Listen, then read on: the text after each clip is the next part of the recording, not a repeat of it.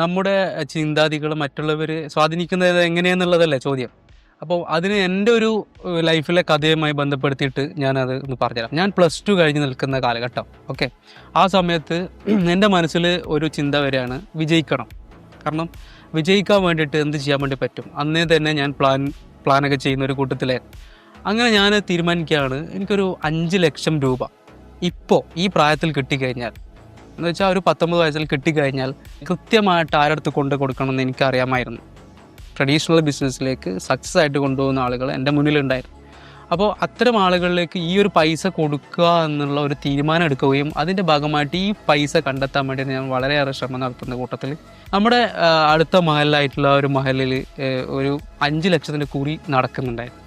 മാസം 10,000 രൂപയാണ് കൊടുക്കേണ്ടത്. അതിനു വേണ്ടിയിട്ട് എല്ലാ തയ്യാറെടുപ്പും നടത്തിയിട്ട് ഞാൻ അതിന് തുടങ്ങാൻ വേണ്ടി നിൽക്കുന്ന സമയത്ത് എൻ്റെ അടുത്തൊരു ബന്ധുവായിട്ടുള്ള ഒരാളോട് ഇതിനെക്കുറിച്ച് അഭിപ്രായം ചോദിക്കാൻ പോയത്. ആ പോയതോടുകൂടി അദ്ദേഹം എന്നോട് പറഞ്ഞു തരികയാണ്, ഇങ്ങനെ നീ തുടങ്ങിക്കഴിഞ്ഞാൽ ഏതെങ്കിലും ഒരു മാസം പെൻഡിങ് ആയാൽ നീ എന്ത് ചെയ്യും എന്നുള്ളൊരു ക്വസ്റ്റ്യനിൽ ഞാനതിൽ നിന്ന് പിന്മാറുകയുണ്ടായത്.